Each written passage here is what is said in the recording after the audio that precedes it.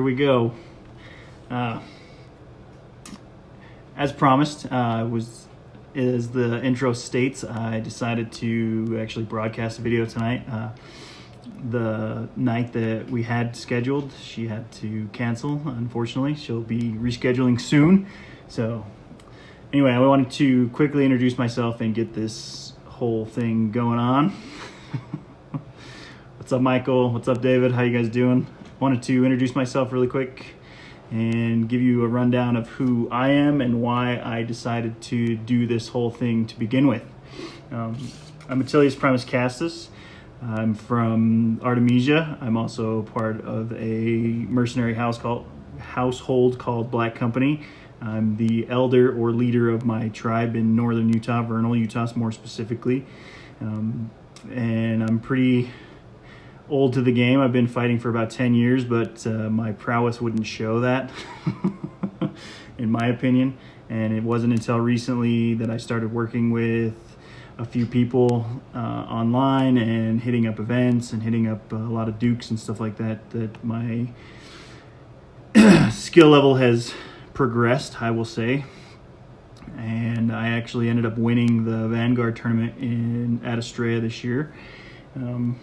But on to, it is what it is. So that's kind of leading us into this. I want to be forthcoming about this. I'm not the biggest expert ever when it comes to fighting and technique and all that stuff, but it's something that I'm willing to share because I know a lot of people out there are in the same boat. They live in a smaller town. They don't have a lot of dukes and knights and stuff that can fight with them on a regular basis, and so I started this whole thing to help out those guys and the people that want to learn and be inspired to do all this crazy SCA lifestyle and fighting. I have a YouTube channel as well that has some pell basics. Again, you're welcome to check it out. I'll post a link in the comments as soon as we're done, or maybe update the description so you guys have that too if you're interested in that. But moving forward, here's my 5 reasons or 5 things that make fighters great. First reason is something that has to be very personal, and if you don't have that personal reason, then you're not going to go anywhere with it because you're going to get burnt out. And that first reason is find your why. Why do you want to do this? Why do you want to fight? What's the purpose behind your fighting? Do you want to become king? Do you want to become a knight? Do you want to become a duke? Do you want to become a master? Do you just fight to have fun? Separating out those lines and making a distinction in that is going to be what sets up your goals. And if your goals are to be a duke or a knight, then you're going to have to train your ass off for a long time to get that prowess up there and to earn that title. But if you want to do it for fun, maybe taking that route's not exactly the one you want to go down, because it's going to be a lot harder if you just leisurely go into this journey as a fighter. So finding your why and what you want to do with it is key to changing or to defining where you're going to take your fighting career. Which also kind of leads into the second one, which is don't be afraid to be new. Especially for me, I've been doing this for 10 years now, and I'm still very much new. There's still people that blow the socks off me and just show me things in there. I'm going to be interviewing a lot of those guys in the near future that just continue to inspire me to be better, but at the same time, they definitely show me what's up. Sorry, bumped the camera. Because they've been practicing this for a long time, and that's the perfect way to learn. So don't be afraid to be new. It's scary, it's intimidating, it's hard. It's hard, especially for us humans. It's kind of our default setting is to avoid trying new things because we're afraid of failure, and because of that failure, it's scary and it's intimidating, but that's how we learn and that's how we grow, especially when it comes to new passions such as fighting or anything really. So number 2 is definitely don't be afraid to try something new, or don't be afraid to be new at something. Eventually you're going to be great at it if you put your mind to it.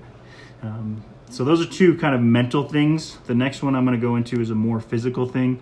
And to give a quick recap, we've got find your why. Why do you want to be a fighter? and that one kind of rolls into where do you want to take your career as a fighter. Find your why and where do you want to take it. The second one is don't be afraid to be new at something. And as Michael just posted in the comment, the winner fails more than anybody else. So take that into consideration. That's a whole other topic I can branch off onto, but got to stay focused on this. So this one's more physical. Dedicate at least 30 minutes 5 times a week to the pell. And if you don't know what the pell is, it's kind of like a punching bag for us fighters. It's could be literally anything that we can hit on a regular basis to practice our technique.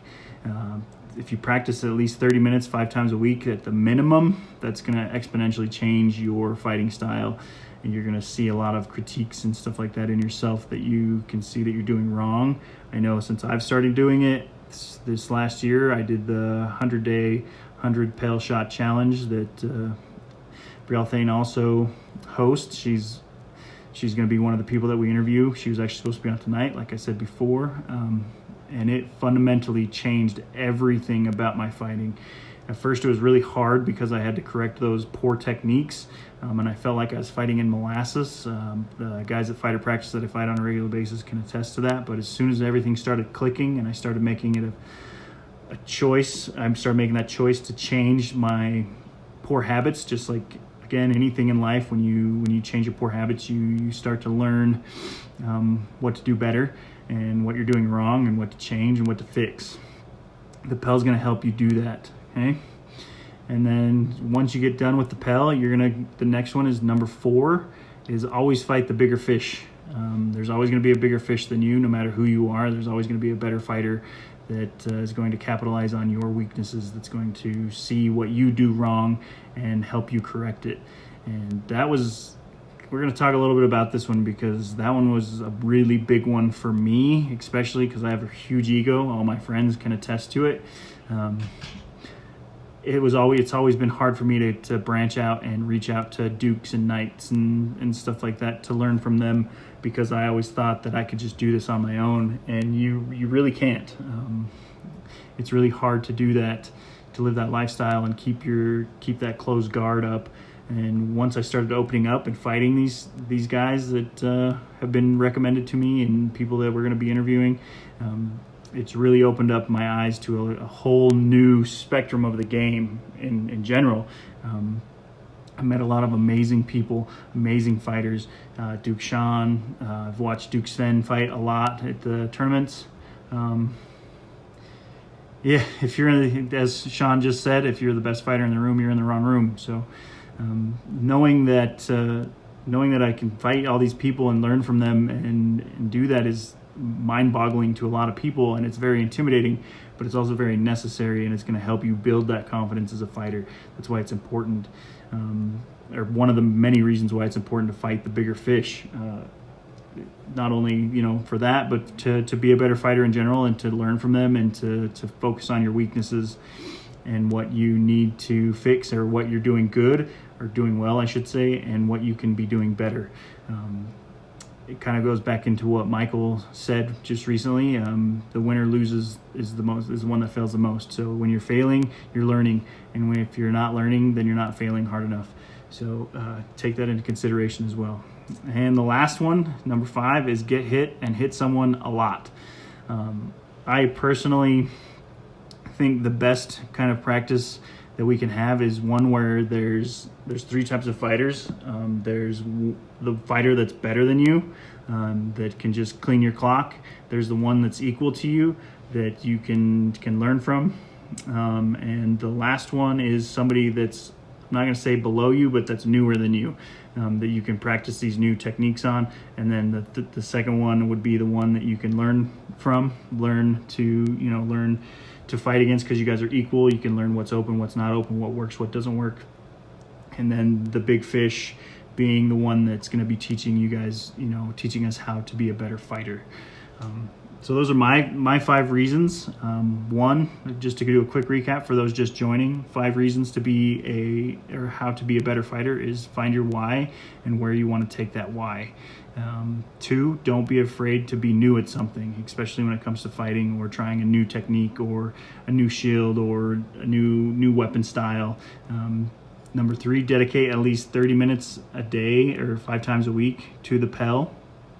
Number 4, always fight the bigger fish or the better fighters. The better fighters, the super dukes that are out there that are super intimidating to fight, and you watch them fight in tournaments and they're so freaking fast and you don't know what the hell's going on. Those are the ones you need to be fighting and learning from.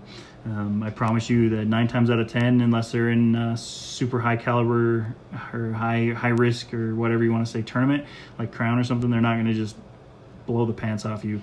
So they will teach you, and I promise you they will, because I was in that same mindset of being afraid to fight them. So because I was afraid I was just going to go in there and they weren't going to do anything, they were just going to kill me and then it was going to be done. 9 times out of 10, if you ask them, they will teach you, but you have to ask them, otherwise they won't teach you. So number 4, always fight the bigger fish. And then number 5 is get hit and hit someone a lot. That's practice, that's tournaments, that's getting out there, that's fighting, and anything you can. Melees, tournaments, blah, blah, blah, pickup fights afterwards. Pickup fights are probably the best thing to learn from, mostly because that's where you can get a one-on-one time with these dukes and these high caliber fighters that you need to be fighting and learning from. So those are my 5 reasons why, and I hope you guys stay tuned for the next couple weeks. We've got some really, really good fighters coming up, like Duke Sean from Artemisia, Sven from, I can't pronounce it, Anstiora, pardon me if I destroyed that, Duke Uther, His Royal Majesty Duke Uther from the West, and a lot of other ones that I'm not going to say right now because it's going to be really cool to see them, and you guys should be really excited to be along with this journey with me. And so with that, I'm going to close because I've been up since 3:30 this morning and I haven't ate dinner yet, but I wanted to get this out of the way because I was excited to do it. So yeah, thanks guys. I appreciate you guys tuning in and paying attention to this. So see you later as I drop my phone.